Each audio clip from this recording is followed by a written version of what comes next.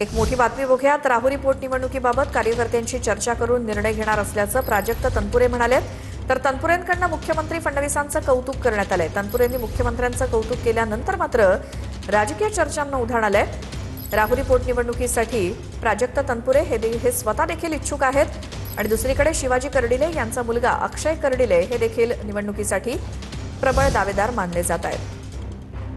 होईल काय होईल, राजकीय पद मला मिळेल काय मिळेल हे माझ्या एकट्यासाठी नाहीये।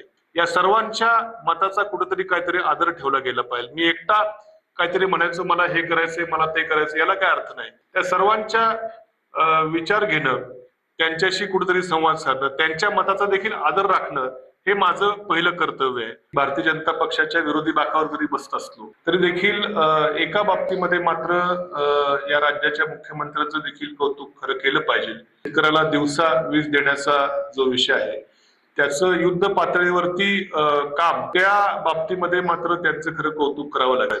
जनतेची अपेक्षा आणि आकांक्षा ज्या माणसाकडून असेल आणि त्याला जनतेचं समर्थन असेल त्यालाच ती उमेदवारी माननीय मुख्यमंत्री महोदय आणि प्रदेशाध्यक्ष माननीय चव्हाण साहेबांमार्फत मिळेल। आता तो व्यक्ती कोण हे जोपर्यंत सर्वे येत नाही तोपर्यंत मी कसं सांगू शकतो। जे उर्वरित लोक इच्छुक असतील मला वाटतं त्यांनी व्हावं, कार्यकर्त्यांना वाटतं त्यांनी व्हावं, पण जनतेला जर वाटत नसेल तर तो निर्णय माननीय मुख्यमंत्र्यांनी घ्यावा। शेवटी कसं आहे की सर्व्हेमध्ये जर एखाद्याचं नाव नसेल आणि तुम्ही मला सांगाल की त्याला निवडून आणा तर ते आम्ही करू शकतो।